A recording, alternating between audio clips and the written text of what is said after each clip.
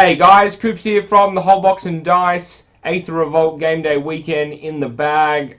Pro Tour Dublin not that far behind us, and Mardu Vehicles is here to stay. And that really actually sounded like a newscast. It wasn't supposed to be a newscast, but yeah, from the Whole Box and Dice newsroom. Oh damn, Mardu Vehicles is so good. You know, we all know it went 6 out of 8 at the PT. It came second at my F&M, losing out to Naya Human. So nice work for building something that's not one of the 6 of top 8 deck lists. The deck's nuts, you know, Heart of Quran, Shock, Veteran Motorist, Fatal Push, you know, like you name it. They even, of course, like Gideon fits into the deck because, yes, of course he does.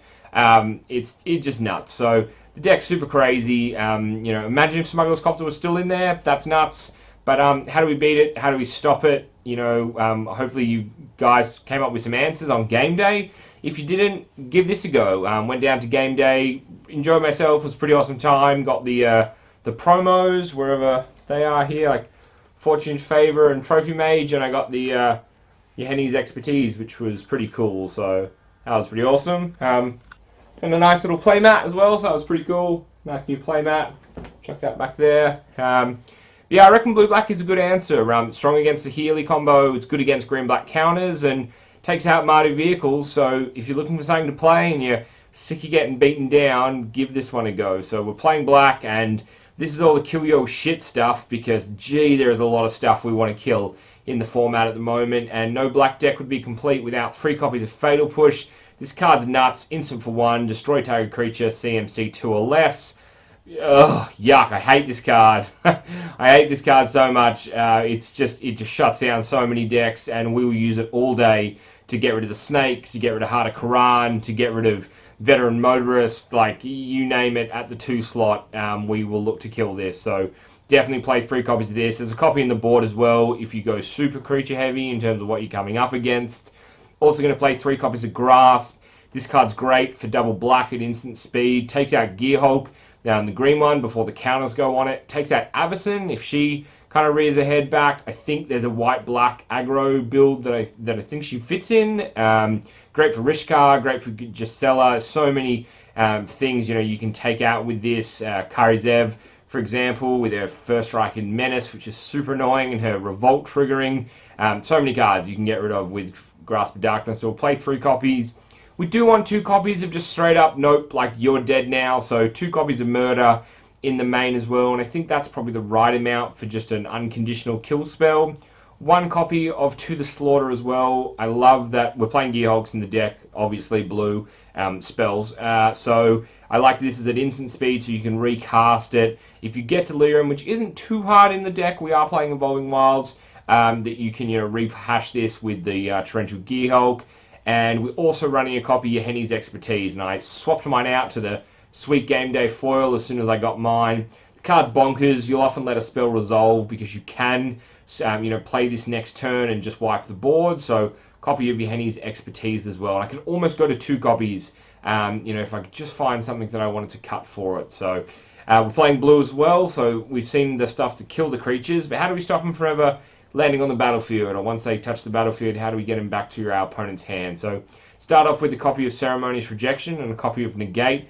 Great for the vehicles here. It shuts a lot of stuff down. Ceremonious plays double duty for us with the Control Mirror Match, where it can take out Void Shatter and Spell Shrivel, for example. So that's really handy. And we'll play more copies of Ceremonious Rejection in the sideboard if we do feel like, you know, game 2's we're going to see some more vehicles, or we're a little bit, you know, had a little bit of trouble with them and we want to amp up our, you know, vehicle hand, you know, counters. Because 1 mana to counter a vehicle is just great. We're also going to run 3 copies of Void Shatter, 1 copy of Disallow. The thing's just nuts. You know, 3 copies of Void Shatter, just the exile ability is insane. Great target is Scrappy Scrounger, which I'm sure you're seeing about 1 billion of at the moment. Once it's exiled, can't go to the graveyard, obviously can't use the ability, which is great. We love this, you know, spell. Disallow as well, just a 1 of, and we're actually going to play 1 Summary Dismissal as well, and I'll talk about both of these now. Such versatile spell, so much flexibility. I love all the things you can stop with this. Ultimating Planeswalkers, you know, vehicles being crewed. Actually stops the Sphinx of the Final Word, one of the few spells you can actually play to stop that. So it's great that you can have that in the mirror matches. You'll often see that the Sphinx sideboarded in, so that's really awesome as well. Copy of Spell Shrivel and Convolute as well in the deck. So Spell Shrivel also has that exile ability, just the one of each. It is obviously susceptible to ceremonious rejections. I don't want to pay 2, but I like that you can get them to tap that extra 4 down. Great when they've got 7 mana up, or any amount of mana that causes them to have 4 left, because they have to make a decision then, like, how badly do I want this to resolve? And then if you've got a kill spell in hand, you can take it out anyway, and they're all tapped down. So I do like both Convolute and Spell Shrivel, and I'm glad we're able to find a slot for one each of these. Also going to play 1 copy of Engulf the Shore. Like your Henny's Expertise, whilst we can kill and counter a whole bunch of stuff in this deck, I do want something that just says, nah, see you later, back to your hand. And playing a Gearhulk on one of these is nuts as well. Flash on a Gearhulk, send everything back to your opponent's hand, especially after they've just cast a whole bunch of creatures, is crazy as well, and that'll do their head in. So definitely want to run a copy of Engulf and run a copy in the sideboard as well for this one.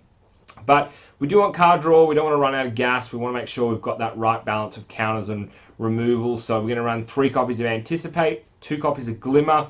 Glimmer is a great spell to rehash with a Gearhulk, get that replayability when you flash it on, especially during the end of your opponent's, end step, or whenever, beginning of your opponent's end step. Play that, which is great.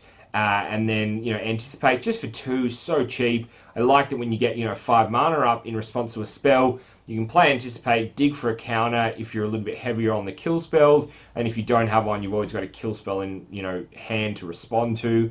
Anticipate's such a great card as well.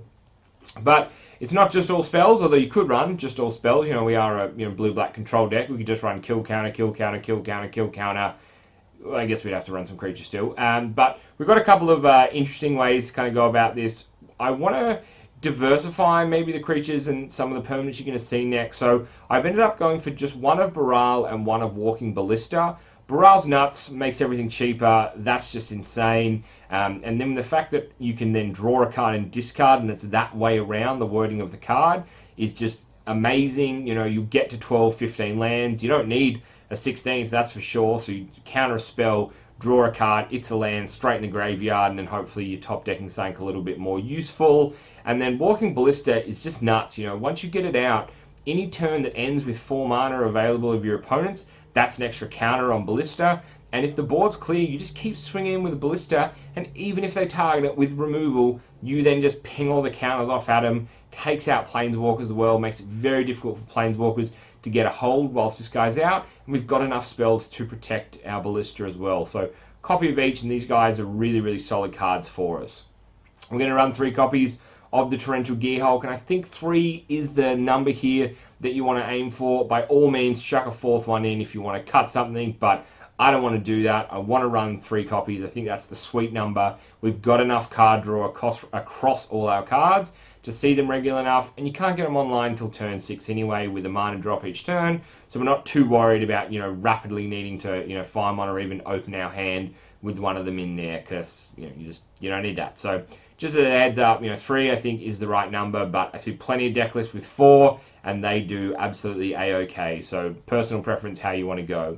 Last 4 slots here, maybe some interesting decisions or interesting choices that I've come up with, and let me know if you think I'm crazy or you think these are solid cards. 2 copies of Pacification Array. This card does work. We don't really have a turn 1 play other than Ceremonious, and Pacification Array is just nuts, right? You got a card like Liliana. She's going to be one of the last 2 cards we've got in the deck, and Liliana will obviously, her +1 is -2 to a creature, so effectively take a creature out of combat with 2 power or less. Pacification Array allows you to tap something down. You can just have this vicious cycle where you get effectively like 3 turns, right? So you play Pacification Array, it's out on the board, and a lot of the time they're not going to spend their removal targeting a artifact that you've got out there, plus you've got the protection for it anyway in hand with counter spells, but it's obviously pretty straightforward. But you can, a creature comes on the battlefield and it has summoning sickness, so you don't have to worry about it. But then it could crew a vehicle, so it crews a vehicle, tap it down with Pacification Array, great. Liliana makes creature -2. You can just keep 2 to 3 creatures, depending on if they're crewing vehicles, even sometimes 4, just useless cards that just sit on your opponent's other side of the battlefield while someone like Liliana keeps getting plussed up, and when you hit her ultimate, That's dumb. So, you know, amazing card to have. I really like Pacification Arrays. I definitely could fit a third one in the deck somewhere, but like the issue with the Gearhogs, I just don't know what I'd want to take out, to be honest. Last card, you saw that we were playing Lily, so it's one copy of her, and that's a copy of Jace as well. Scry and Draw is nuts. -2 is great. Sorry, the minus ability is great. Same with actually Liliana. Her minus ability, you can bring back a Gearhog, so replay another spell, which is insane. And then obviously Jace's ultimate is just the dumbest stuff ever, so get that off and GG. That's always fun. But that's what the deck looks like. You know, they're the cards that we're playing minus the lands. Lands are 27 in total, so it's really just basics. Playset of Choked Estuary and Sunken Hollow. We're running 2 Evolving Wilds, mainly for Revolt. We don't want to use these too early in terms of like fixing our mana base or anything, because we are playing 27, so you should have access to the lands. And just be wary that, yeah, you don't really want to get caught out having an Evolving Wilds up and trying to play that game, like flirting with keeping it uncracked in case you need to play a Fatal Push, because the last thing you want is to be missing that land drop to get off a successful counter against an important move, and then you have to waste other resources, you know, to take it out. So just keep that in mind. 1 Blighted Fen, 1 Blighted Cataract, a bit of, you know, unconditional go kill a creature on your side of the board. Great for things that are indestructible and hexproof, and then also Cataract just being able to draw some cards. So, you know, another dead turn option. You can just sack this land. You're going to get enough of them, and the extra 2 cards are nice as well. So pretty straightforward land base. I'll flash up the sideboard and what we're playing here, and it's pretty straightforward. For the control matches, we're going to play a couple copies of Thing in the Ice as well as a Sphinx of the Final Word. We're also going to play Startled Awake and Planar Bridge. Now, Startled Awake, obviously very interesting card here. The mill is so disruptive to our opponents and really can be sided into any deck that you know, it's going to go a little bit longer, just because losing 13, 26, 39 cards is just nuts.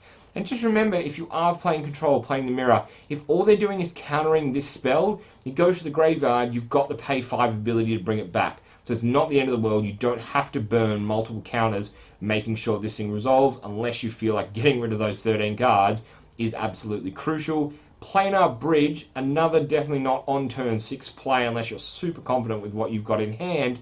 But when you get up to, you know, 10, 12, 15 mana, you play this, leave up enough counters and, you know, destruction spells to still make an impact next turn. And on those dead turns, you can go get a Pacification Array. You can go get Thing in the Ice if you put it in the deck. You can go get the Sphinx. You can go get a Gearhog. Go get a Planeswalker. You know, there's not a lot of permanents in the deck, but you go get them, and, you know, like, it's just better than a dead turn. You know, go get a Blister. Start putting counters on it. So, you know, obviously, like, don't get a Blister because it'll kill itself.